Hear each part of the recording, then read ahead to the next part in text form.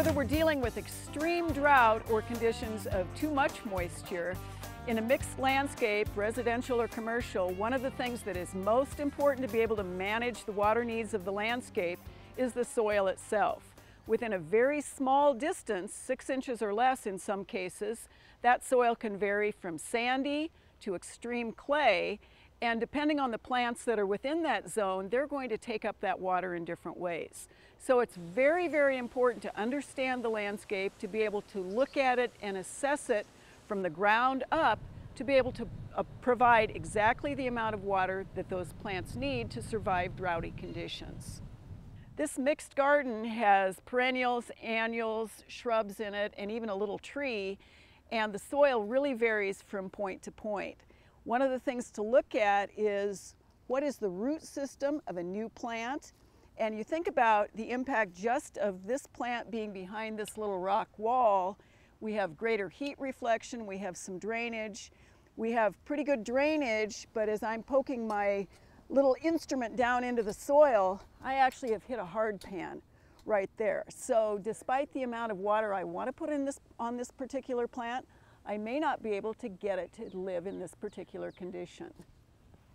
The genetics of a plant and the condition of the root ball make a big difference, as does obviously the soil into which it's placed and the competition with other plant material. This particular hydrangea is one that people love. It's one that is going to go into my compost pile. I've had it 3 years, intentionally have been watching what it does during the drought conditions, even with supplemental water, and I'm yanking it. It simply needs too much water, it's in too much competition with the honey locust and the plants around it, and the root ball is not very good.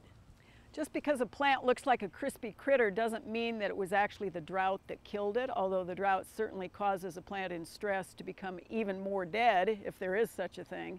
This is a 20-year-old viburnum that lost one cane, looked like it was perhaps storm damage that caused the issues to begin with, and then suddenly the other piece of the plant died immediately as well.